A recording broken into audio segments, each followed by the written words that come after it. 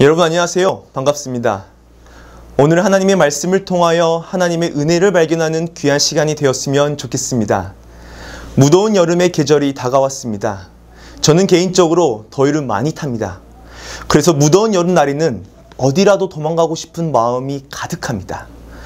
여러분 혹시 이렇게 습하고 더운 날에는 우리가 피할 곳이 과연 어디일까요?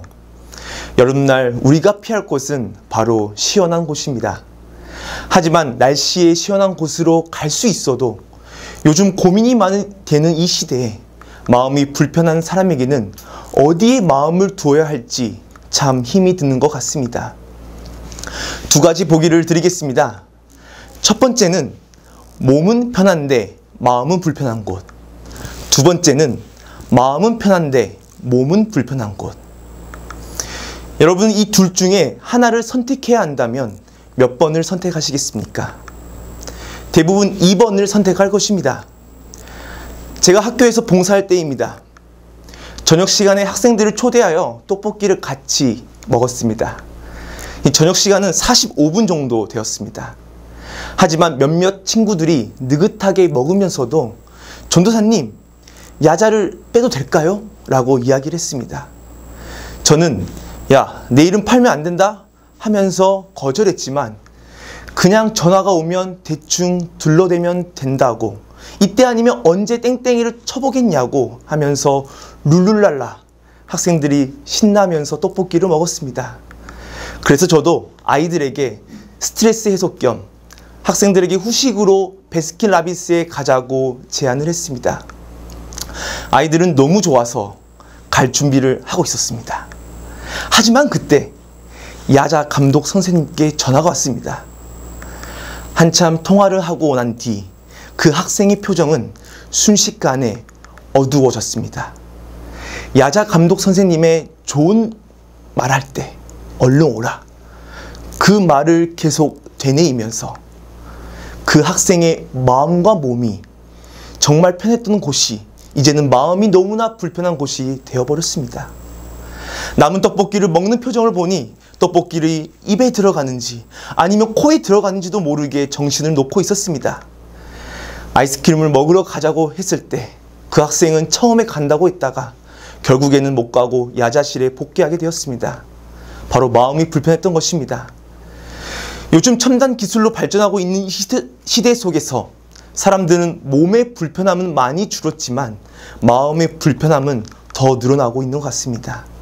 그래서 마음의 불편함을 해결하기 위해 내가 마음이 편한 곳을 찾게 됩니다. 여러분 혹시 인기 있는 직업이 무엇인지 아십니까? 바로 상담사입니다. 어디를 가도 상담하는 곳이 존재합니다.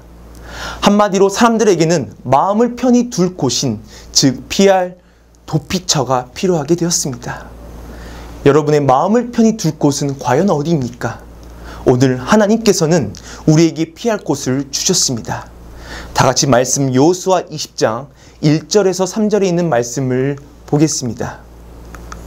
여호와께서 여호수아에게 일러 가라사대 이스라엘 자손에게 고하여 이르라. 내가 모세로 너희에게 말한 도피성을 택정하여 부지 중 오살한 자를 그리로 도망가게 하라. 이는 너희 중 피의 보수자를 피할 곳이니라. 이스라엘은 도피성이라는 제도가 있었습니다. 그때에는 살인자에 대한 형벌이 피해자의 가장 가까운 친척이나 상속인에게 부과되어 있었습니다. 죄의 증거가 분명한 경우에는 법관의 취조까지 기다릴 필요가 없었습니다. 이 복수자는 어디든지 죄인을 추적하여 발견하는 대로 그를 죽일 수 있었습니다. 하지만 실수로 사람을 죽인 자의 경우도 있었기에 이를 위하여 안전을 보장할 길을 마련한 것이 바로 도피성입니다. 이 도피성의 특징을 정리하면 이렇습니다. 이 화면을 보시면 총 4가지로 되어 있습니다. 이 제도의 목적은 하나님께서 주신 용서에 대한 은혜였습니다.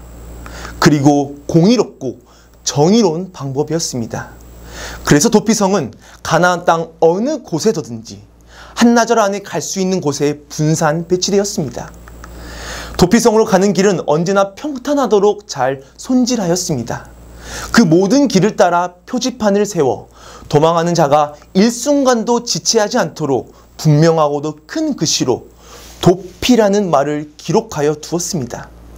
그런데 이상한 부분이 있습니다. 이 제도는 이스라엘 민족에게만 속한 것이 아니라 다른 이방인, 즉 타국인들에게도 도피성을 이용할 수 있었다라고 말합니다. 이러한 결정은 사람으로서는 쉽지 않는 부분입니다. 우리 민족도 용서하기 힘든데 타국민에게도 이러한 기회를 준다는 것은 아무리 실수이지만 용납하기 쉽지 않는 부분입니다. 우리는 자국민에 대한 애정이 강합니다. 그래서 같은 지역 사람이면 더 반갑고 해외에 나가면 한국 사람이라는 이유로 금방 친해지게 됩니다. 그리고 같은 나라 사람이기에 더 관대해지곤 합니다. 하지만 외국인에게는 그렇지 못합니다. 더 무시하는 경우도 있고 처음부터 부정적인 시선으로 바라보는 경우도 있습니다. 이스라엘 백성들도 마찬가지였습니다. 여호수아 6장 17절에 있는 말씀입니다. 이 성과 그 가운데 모든 물건은 여호와께 바치되 기생 라합과 무릇 그 집에 동거하는 자는 살리라.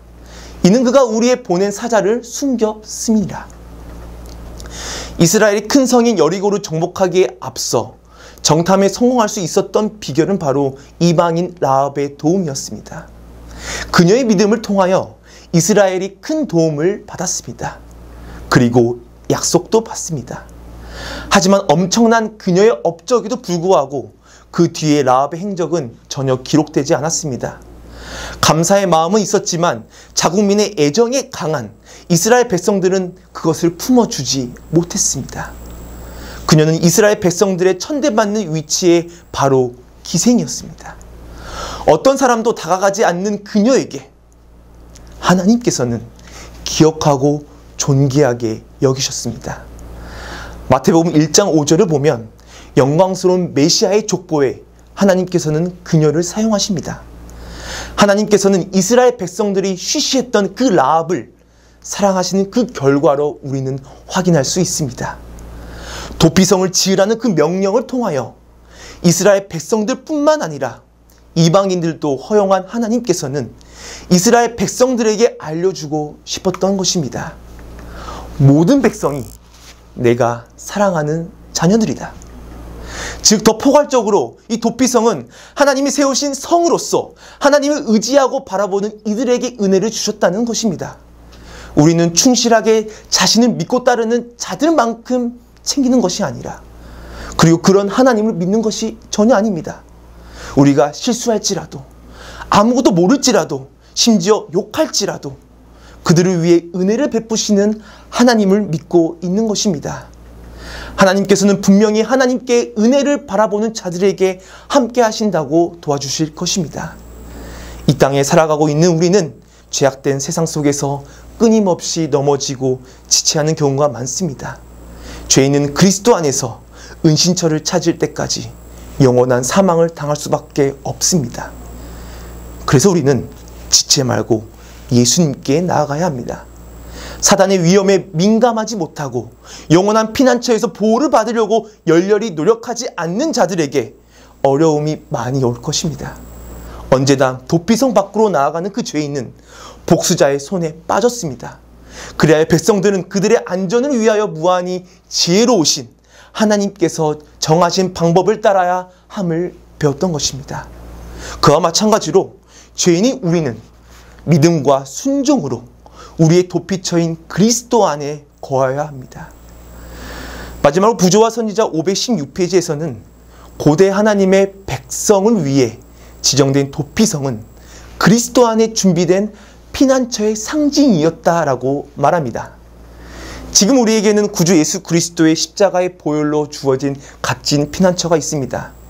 예수님께서는 우리를 위하여 준비해 주셨습니다. 여러분의 피할 곳은 어디입니까? 하나님의 말씀 시편 14편 6절에서는 여호와는 그 피난처가 되시도다 라고 말씀하십니다.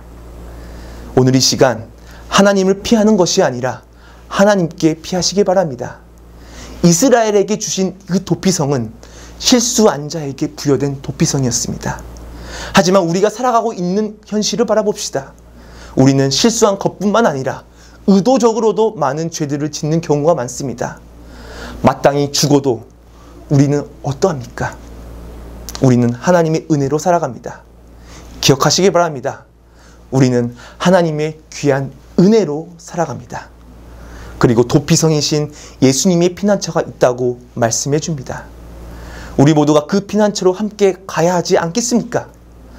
우리를 위하여 친히 목숨을 바치시고 피난처가 되어주신 예수님의 사랑에 감사합시다. 그리고 저와 여러분 모두가 나를 위하여 희생하신 것을 잊지 말고 매일 삶 속에 오직 하나님만 함께 하시길 바라며 말씀을 마치겠습니다.